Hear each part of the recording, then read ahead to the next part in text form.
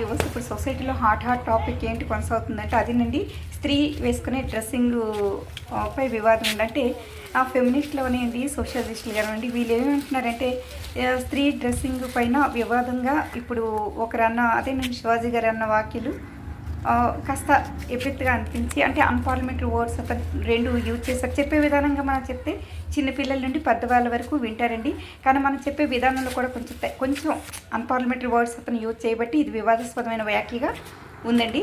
జయసుధ గారు ప్రముఖ యాక్ట్రెస్, ఆమె ఎప్పుడో చెప్పారండి. ఏం చెప్పారంటే ఆమె మర్చిపోయి ఉండొచ్చు కానీ వినిన వాళ్ళని మర్చిపోవండి.